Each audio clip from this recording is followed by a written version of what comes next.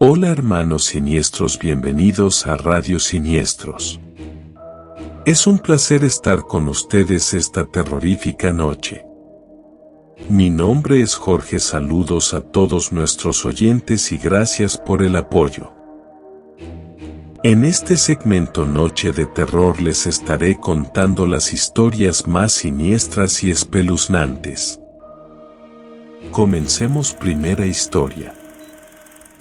Trabajo de bruja. Araceli era una mujer bella, pero nunca había tenido un enamorado. Fue así que con el primero que habló organizó matrimonio.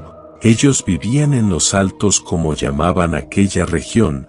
La verdad es que eran una pareja feliz en cuestiones de amor, pero ella era una desdichada en su vida cotidiana. Todo empezó unos 20 días después de su matrimonio. En las noches alguien la jalaba de sus pies e intentaba sacarla de su cama. También sentía un peso muerto que caía sobre su pecho. Era tan fuerte el jalón en sus pies que a la mañana siguiente tenía en sus piernas morados y arañazos. Ella intentaba despertar a su esposo, pero no era capaz de gritar o advertirle con sus manos. Era como si estuviera paralizada. Esto se hizo tan fuerte que no podía dormir ni un solo minuto en la noche. En el día pasaba como autómata. Muy pronto quedó embarazada y eso que venía en las noches dejó de visitarla, pero otros sucesos extraños empezaron a ocurrir en la casa: sillas y mesas que se movían solas, pasos en la noche que la perturbaban. Su esposo siempre decía que no escuchaba nada, puertas que se abrían solas, lamentos y gritos en medio de la noche. Ella creía que se estaba volviendo loca. Después que nació su primer hijo, en las noches volvió eso que le impedía dormir, ese peso que era tan fuerte que ella se sentía morir. Así que optó por dormir en el día. La primera vez que lo hizo se arrepintió, ya que al quedarse profundamente dormida escuchó el llanto del niño fuera de casa. Sintió enloquecer, corrió afuera. No podía dar crédito a lo que veía. Su pequeño estaba en un gran árbol. Casi no logra bajarlo de allí. Ni de día ni de noche podía conciliar el sueño. Tuvo 2 hijos más. En sus 9 meses de embarazo era la única manera que podía dormir en la noche. Ya se había acostumbrado a los ruidos y lamentos de la casa.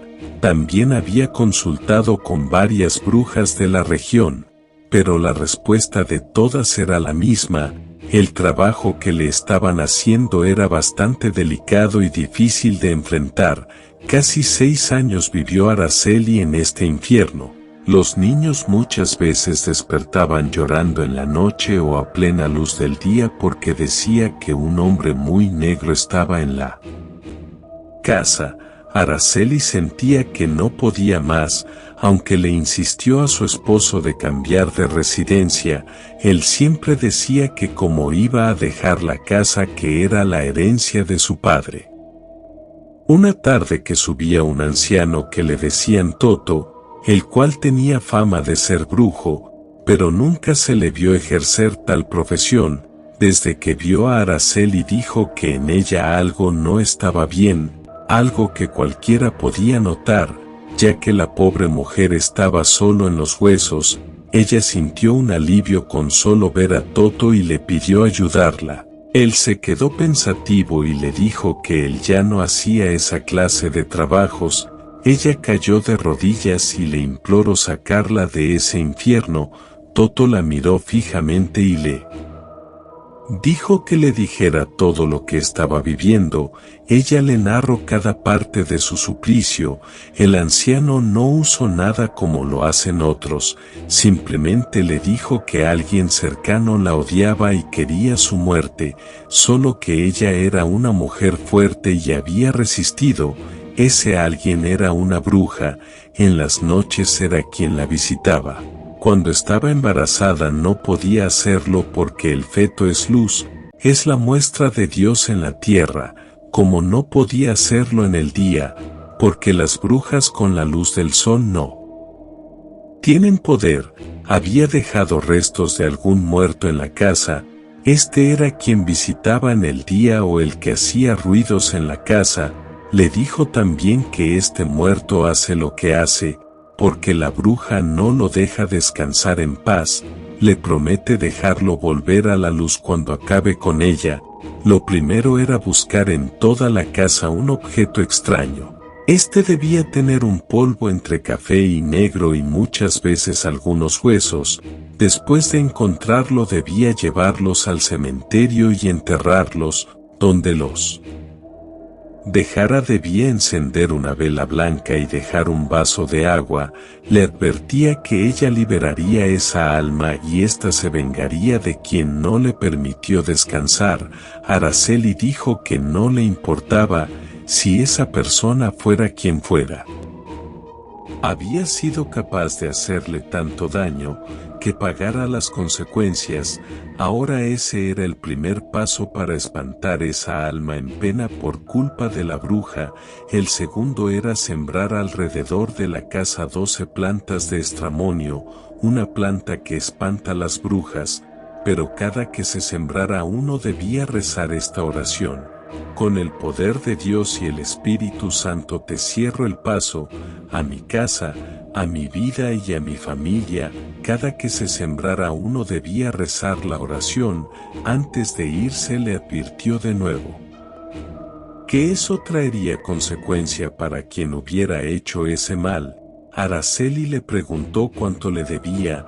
Él le dijo que nada, solo debía rezar una oración por él cada que fuera a misa.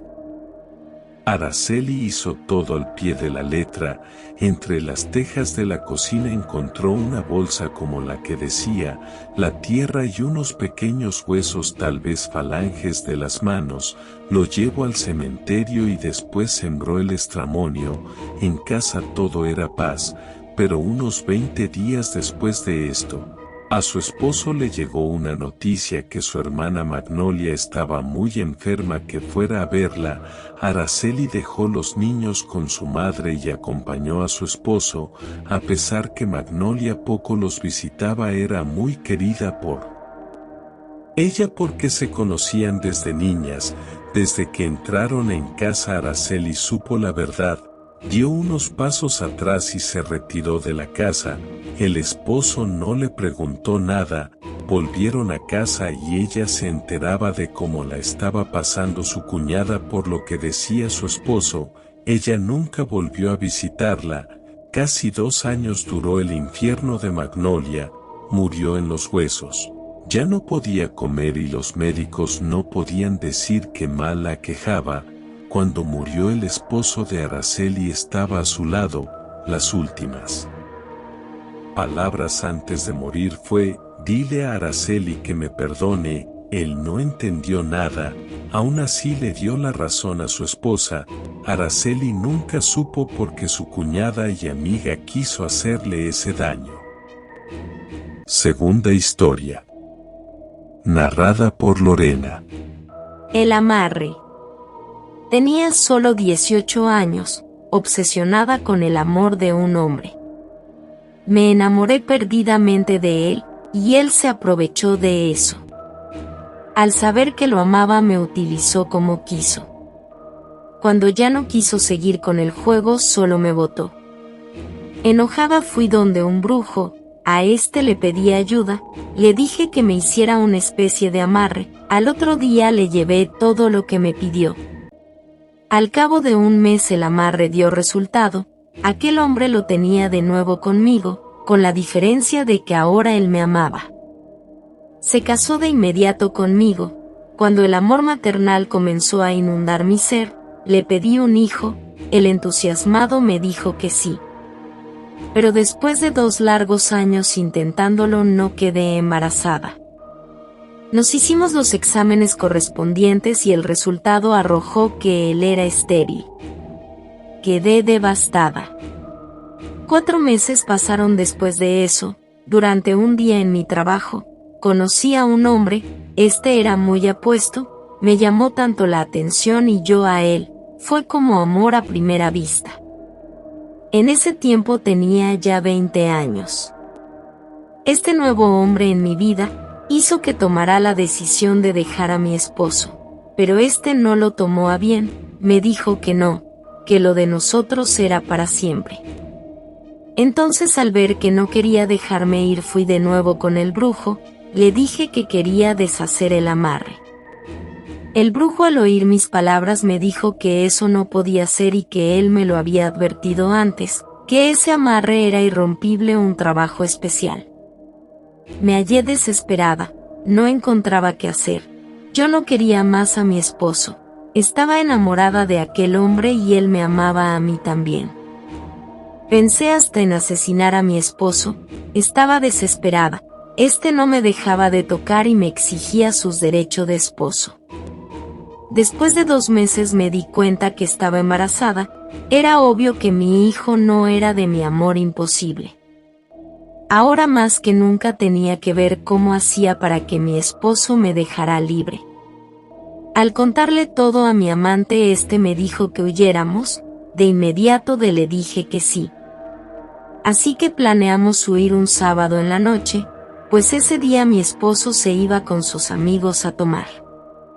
Al llegar ese día estaba todo muy bien, tenía todo listo y mi esposo ya se había marchado a la cantina. Cuando se hizo la hora de salir, tomé mis cosas y me dirigí a la puerta. Al abrirla me encontré con mi esposo en la puerta, este no sé cómo se dio cuenta de todo. Me tomó de los pelos y me arrastró por toda la casa, me dijo que yo nunca lo dejaría. Yo buscaba cómo defenderme y forcejeamos hasta que miré un clavo en la pared y con todas mis fuerzas lo topé hasta aquella pared. Aun cuando andaba muy tomado no se me fue fácil hacerlo, pero lo hice. Aquel clavo quedó enterrado en la parte baja de la cabeza cerca de la nuca. Eso no lo mató, pero estaba muy mal herido. Tomé entonces mis cosas y lo dejé ahí. Ese día me fui con mi amor. Pasaron 4 años más, mi hijo ya era todo un niño hermoso y grande. Al poco tiempo de aquel suceso me dijeron que mi esposo había muerto y todo lo relacionaron a un terrible accidente, pero sabía que yo había provocado su muerte. Ese día mi esposo se desangró. Quedé libre y me casé con el amor de mi vida. Cuando mi hijo cumplió los 4 años, este fue cambiando, se parecía más y más a mi esposo muerto. Me entraba la duda si él era hijo de él o de mi esposo fallecido. Conforme iba creciendo su carácter era más y más parecido a mi esposo muerto. Pero era más violento y agresivo conmigo, lo llevé a psicólogos pero simplemente no me ayudaron en nada. Desesperada me fui de nuevo con el brujo, le dije lo que le pasaba a mi hijo y que estaba desesperada. Le pregunté si él sabía de algún remedio para cambiar su actitud. El brujo me dejó helada cuando me dijo que no podía hacer nada por mi hijo ni por mí. Al saber la razón quedé perpleja.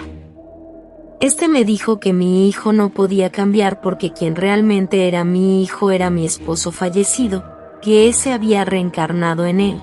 El amarre que me había hecho era para toda la vida y que yo nunca me iba a poder deshacer de mi esposo. Mi esposo me abandonó, y mi hijo fue el culpable de eso y el único que me acompaña hasta hoy en día es mi esposo fallecido en el cuerpo de mi hijo. Fin. Espero les guste y se suscriban al canal. La meta es llegar a los 1000 suscriptores. Cada día somos más siniestros. Gracias por el apoyo.